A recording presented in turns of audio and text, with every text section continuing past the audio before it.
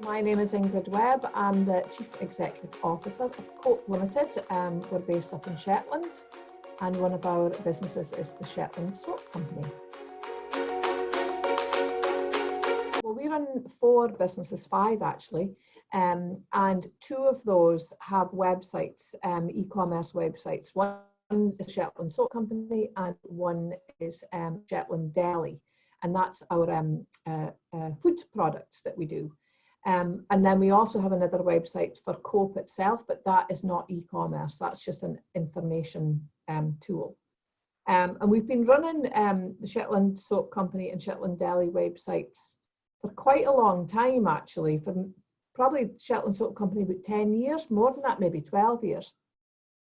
But recently we have gone through a big process where we've updated both of them and changed how we do things. So we've learned a lot about, why we needed to do that and why we need to keep ahead of the curve and things. So yeah, that's how we and that's been quite successful actually. We sell soap and skincare products right throughout Europe. Initially it was just local trade, but as it became more popular, I think, and it was before I actually joined the company, then people could see that it was a good product and that it had some potential. But I think it was untapped for a long time. Our website was very old, very clunky. It was very difficult to track your customer spends and things like that. So in the last 2 years, we've completely revamped the website and gone onto a much more modern platform, which has really helped us. So, and that's also helped us expand the markets and stuff, because people don't want to go onto clunky websites anymore. You need to be slick. People want to shop quite quickly when they get there, and they want to be able to see what they want to buy quite quickly. So you have to bear that in mind when you're building your website. You need to make it as easy for people to shop as you can. I'm still not happy with some of the photography that's on our website. And we have beautiful products, but if the photographs that you have on your website do not reflect that and are not following the trends of where you want it to be, because you've not got perhaps the right photography, then that can be challenging. So we are still working on making that better, because sight and visualization of products are key. You can know you've got a really good product, and you can, stand there and look at it and know how good quality it is. But if it's not reflected on your website and not presented in a way that is attractive to customers, then you will not get the sale, because they can't pick up, it's not tactile. So you have to make it as engaging as you possibly can. So I think for us, finding the right photographer, finding the right settings, getting the right feeling behind your website, and the kind of you're trying to engage people to come in and have a look at that is really key. So I would say that for us, photography is really important. When you go and look on somebody's website, you don't really realize the time and energy that's gone in to try and to do that. So for us, for example, one of our bestsellers is a product called Chilled Out, and that is vanilla and coconut, and it is the most beautiful smell. But when you look at it in a bottle, it's clear. It's a clear product. So how do you get across what that really smells like? So we thought, right, we've got to really push what those fragrances are. So if you go into our main page and our website, you'll see Chilled Out, but you'll see it sitting next to vanilla pods and coconut shavings. And that's the kind of thing that you're trying to project, is like, and then you can give a little description. We give a little description of what that actually smells like and things like that. We do it for all of our products. Some of them are more difficult to set up that way than others. But that is what we try and do, is just to give an idea of what that is, and representation. That's why I'm saying that visual representation is so important, because it's what makes people scroll to the next thing or not. I think it's about the relationship that you have with your customer. We tend to have repeat customers coming back to us time and time and time again. And, you know, if we have telephone conversations with our customers, we have built the relationships with them, and that builds trust.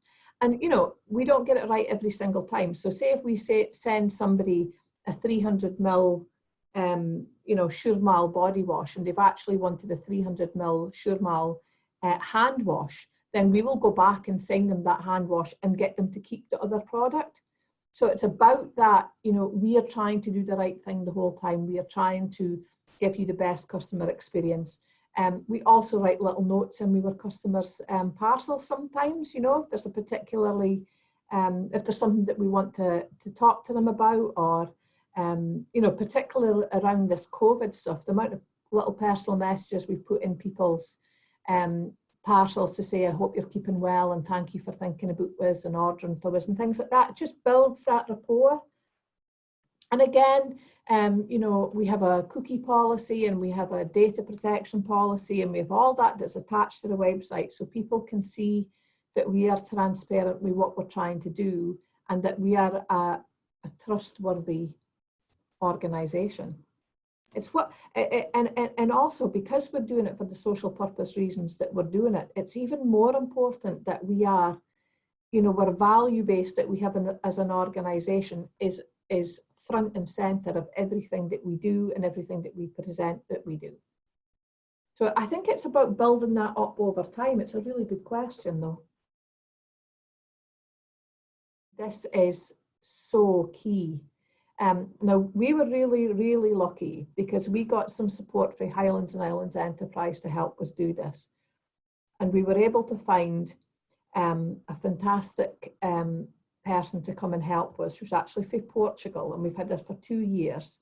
And she was bold and really enthusiastic about our products. And she could see that we were starting to slightly become a little bit old-fashioned. You know, we'd rebranded in 2012, and she's saying, we've got to go again, we've got to go again.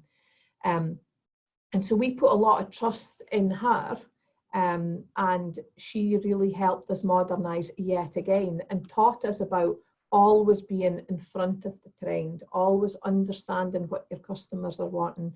And packaging and your brand is vital, because you want that customer to come back to you again and again and again. So we had to think about, you know, how we were presenting our product, what our bottles were made of, where we were getting our bottles, how can you peel the label off so you can recycle your bottle easily? Yes, you can.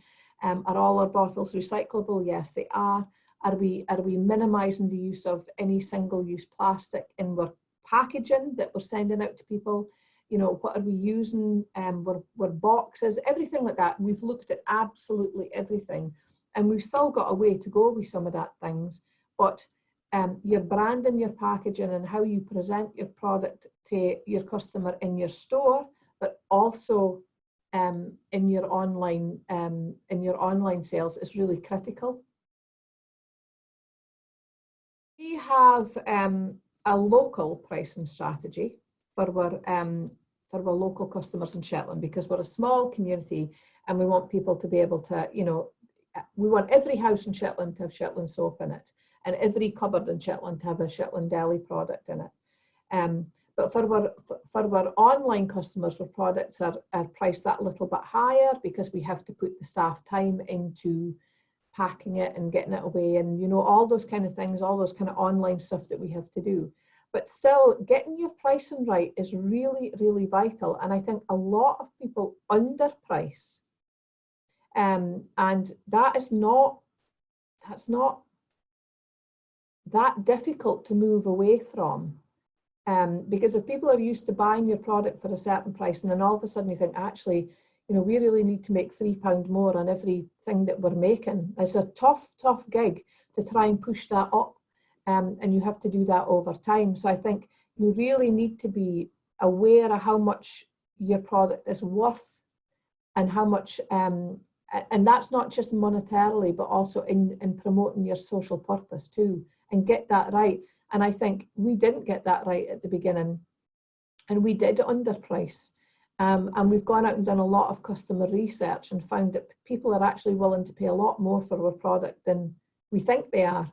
And so we're now in that catch-up phase where we're trying to move that on a bit, whereas but maintain our customer base. So yeah, we don't get it right all the time, but it's really, really, really important to think that through. You've got to know the worth of your products. We use Facebook, but again, that's more local, but we also have really engaged with Instagram. And that's been really, really good because we're Instagram, you can do your still shots, and that's great because they can go on your grid. But you can also, in your stories, you can show the human element of what you're doing. And again, our marketing manager that we had for those 2 years really, really pushed that forward. And for us, that's been invaluable because it showed who we are as an organisation. It's not just a beautiful still shot of, you know, we're Hjarta soap that was in Elle magazine, which is beautiful, but where stories are able to help us say, these are the people that are making your soap or your deli products. You know, these are people and how they're working together as a team and how their employment skills are coming on. And this is, you know, everything that you purchase from us is helping move that forward. So it gives the human element behind the product. And for Wiz, that's really, really important. So if you are a good storyteller in how you're telling what you're actually doing, and then you have a beautiful product presented beautifully that is of a high quality, you're one step ahead of everybody else that has a beautiful product, but they don't have the backstory. You know, all of that kind of stuff has been really, really important. And the use of social media for us has been key because we are 180 miles away in the middle of the North Sea. We can't just pop to Glasgow or Inverness or, you know, Edinburgh, or Aberdeen or Dundee or Falkirk or wherever. When we come with a purpose, so therefore our online stuff has to be stronger. It's not easy, and I think we've learned that over the years. What you think will look good on a website often doesn't. And you have to work through that stuff. So it takes time and it takes energy and it takes the functionality to be right for that to be good. But overall, all those risks, I feel, can be overcome if you give it some thought and some time and you bring people in to help you do it who have the expertise of doing that. And certainly that doesn't always have to cost a lot of money, but it can be expensive if you let it roll too far. So you've got to be quite in tune with what your budget is and what you're trying to achieve, and cut your cloth to how much you've got. But as I say, the benefits of doing it for us way outweigh the risk. In terms of you know, if you're using a system like Shopify and things like that, make sure that it talks to your back shop stuff, and make sure you've got your back shop stuff so that they talk together really, really well, and that you're not left with a million processes in order to get somebody's order out and get it to them quickly. Make sure that those two things are interlinked, and then you'll be fine.